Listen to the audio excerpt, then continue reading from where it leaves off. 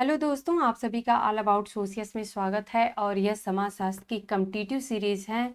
लेकिन दोस्तों, यहाँ पे समाजशास्त्र से संबंधित जो विचारक और उनकी कृतियाँ मैंने यहाँ पे प्रस्तुत किया है, वह इग्नू संदर्भ ग्रंथ सूची, जो कि इग्नू की किताबें जो होती हैं और उनमें जो भी कंटेंट होते हैं, आखिर में वो कंटेंट किन किताबों से लिए गए होते हैं।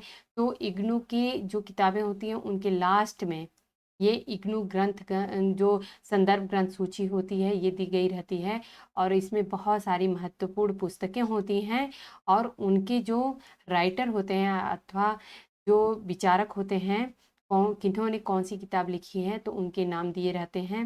मुझे ऐसा लगा कि ये काफ़ी इम्पॉर्टेंट है, क्योंकि विभिन्न परीक्षाओं में जो राइटर्स होते हैं, उनकी बुक्स होती हैं, उनको पूछ दिया जाता है। तो हम लोग ज़्यादा नहीं, सिर्फ 10 या 12 ऐसे किताबों के नाम उठाएँगे और उनके राइटर्स इसको देखेंगे।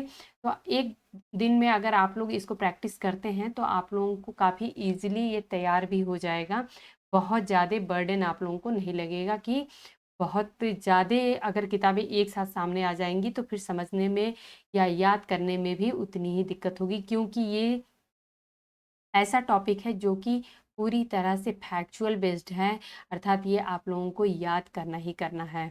तो इसलिए हम लोग इसको सिर्फ 10 या 12 किताबें एक साथ हम लोग याद किया करेंगे और ये सारी किताबें जो हैं वो बहुत ही ज़्यादा महत्वपूर्ण हैं। आप लोगों को ऐसा लगेगा कि आज के ये पहले लेक्चर में ही बहुत ऐसी किताबें होंगी जो कि नेट के या विभिन्न जो परीक्षाएँ होती हैं, प्रतियोगी परीक्षाएँ, बहुविकल्पीय प्रश्नों पे आधारित, तो उनमें काफ़ी इसमें से काफ़ी किताबें आप लोगों को मिलेंगी कि जो कि पिछली जो एग्ज़ाम है उनमें पूछी जा चुकी है। तो चलिए हम लोग देखते हैं डेविड एच बेली की द पेडागॉजी ऑफ डेमोक्रेसी, ये इनकी किताब है।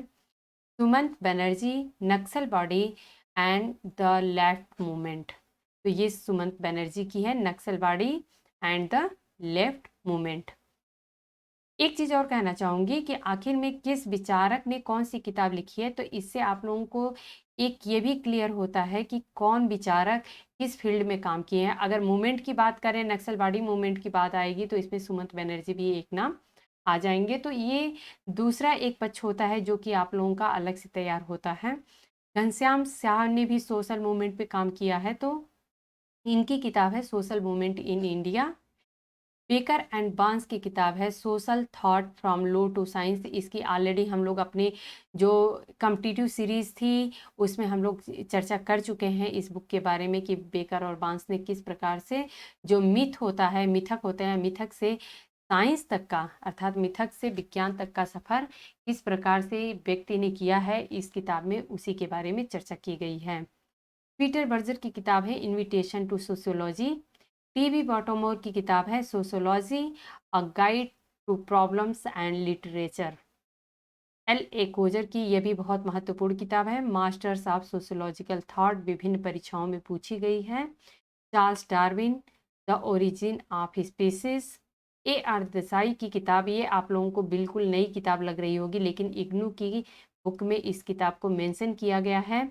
Public protest and parliamentary democracy, इसको आप लोग जरूर ध्यान रखिएगा।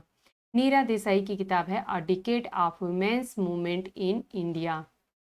जी एस खुरिये की किताब है I and other explorations. Amalendu Guha की किताब है लिटिल नेशनलिज्म टर्न्ड सोनिस्ट।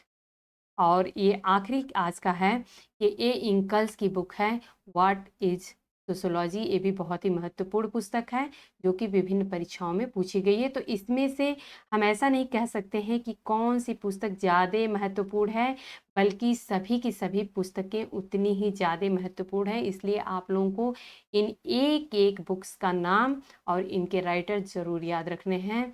तो उम्मीद है दोस्तों कि आज का लेक्चर आप लोगों को पसंद आया होगा।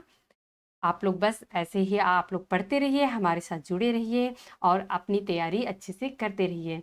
धन्यवाद।